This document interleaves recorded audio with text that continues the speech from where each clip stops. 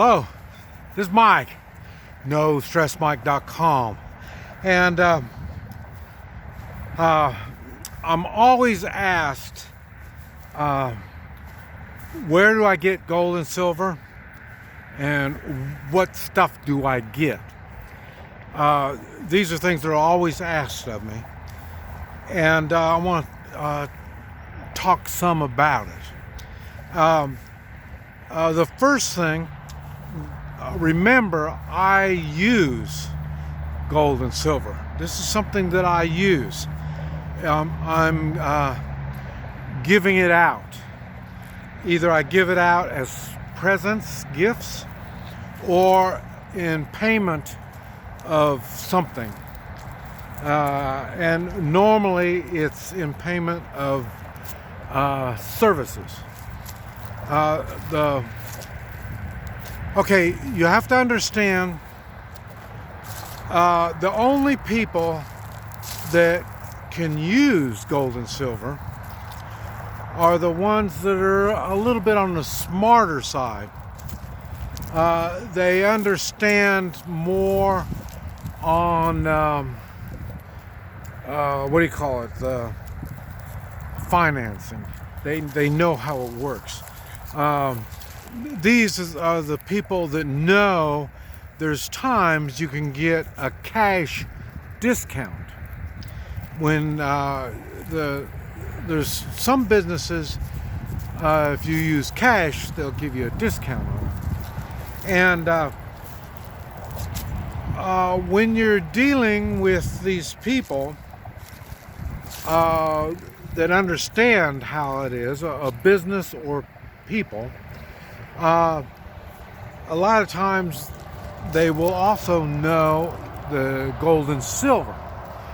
But if they are in debt, they're living paycheck to paycheck, they owe so much money and all this kind of stuff, normally gold and silver won't work, because you can't use gold and silver to make payments. It doesn't work like that. Okay, so now, where do you get it? Okay, you can get it at pawn shops, coin dealers. I like coin dealers. Normally they get more variety of stuff. Now, and then if I get hard up, I will get it off the internet. The best is use cash and buy it. That's the best. Cash, nobody can trace where you're spending cash. So then and then when you got extra cash, you're saving a little bit, you got a little bit extra, then you can spend it on gold and silver, in which it's not, spend it on a new shirt or new hat or something. No, you can spend it on something where it'll keep value, real value in it. And now, what do you get? Okay,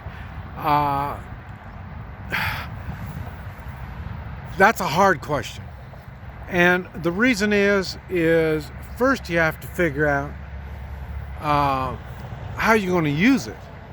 If you're going to use it to buy cars, buy a house, property, large stuff, then that'll be a different kind of gold and silver than what you would if you were going to give it out for gifts. But like I say, you can get gold and silver in bars, ounces, all the way up to pounds. Depends on how much money you have and where you're finding it. Now, down here, I'm in Tulsa. I have a friend, and he buys just about all of his stuff from pawn shops. Now, the good thing is you can get, you can normally buy everything they have, but normally they don't have that much. And so that's the good thing. They remember him. So he can go to these pawn shops and they'll remember him. And they'll ask him, well, do you want it all? Or, before they give you a price, they need to know how much you're going to have, how much you're going to want. And like I say, for me, there's certain coin places that know me, and they know the kind of stuff that I'm looking for. Because like I say, most of the stuff that I do, they're gifts, either as a gift, or you're working, you're going to do something for me, and you're not going to charge me anything. Well, I'm going to give you something. And so I get stuff that is normally more pretty.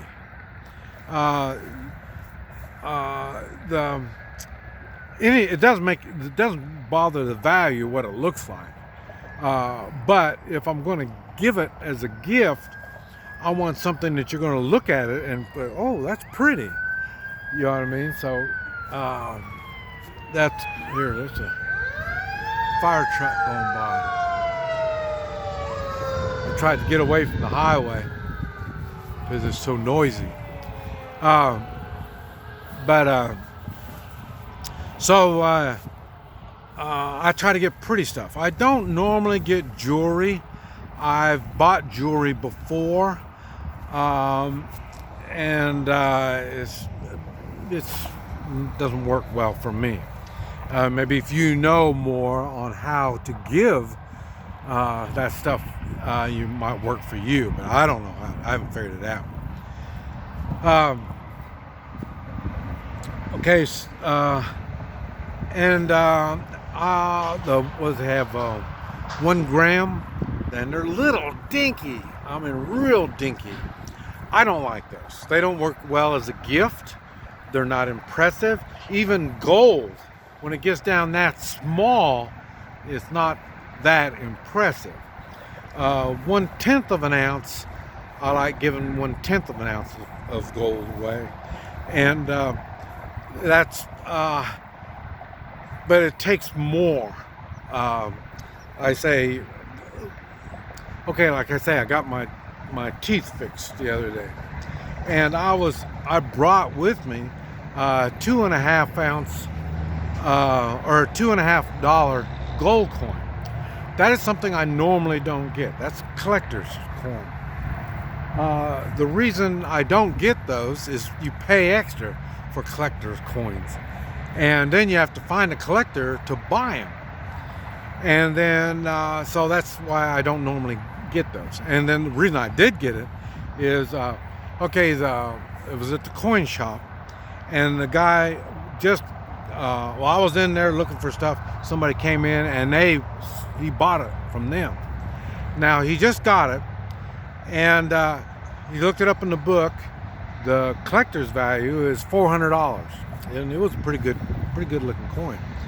And then he says, well, you a collector? He knew I wasn't a collector, and I'm sure not going to pay no collector's price on that, because it's 0.8 of an ounce. 0.8 of an ounce? No, not 1/10 of an ounce, but 0.08. And so it's smaller than a dime. And I'm not going to pay no $400 for that. He knew that. And I'll get like other coins that I'll get, and normally they'll run about $2.25, and so he sold that to me for $2.75. So not as a collector's coin, but a little more than its gold value. So that's what I'm saying. You have to be in the right place at the right time. Now for him, he could hang on to it and maybe make more money, or he knows I'm right there, I've got money, and so then takes less money and get rid of it. And so, but that's what I took to the dentist, because this way I knew the dentist, like I say, when you're getting it as payment or a gift or stuff, you really don't get to go through. So, I'll take this one, that one, that one. You don't get choices. So that's why I try to get stuff that I think would be interesting. And I'll give them stories on it and stuff like that. One of the things that I used to use a lot of was Panda. It's gold from China. It's a different color for one thing, and then like I say, it's a panda bear. And those are already a little more expensive than in any other gold under normal conditions. And I used to give those away because I'm Chinese. That's why I give them. But also, whatever country I go to, I try to get some gold, at least silver from that country, if not gold. And so that's why I get that. Now I do use 1 ounce coins, 1 ounce gold coins.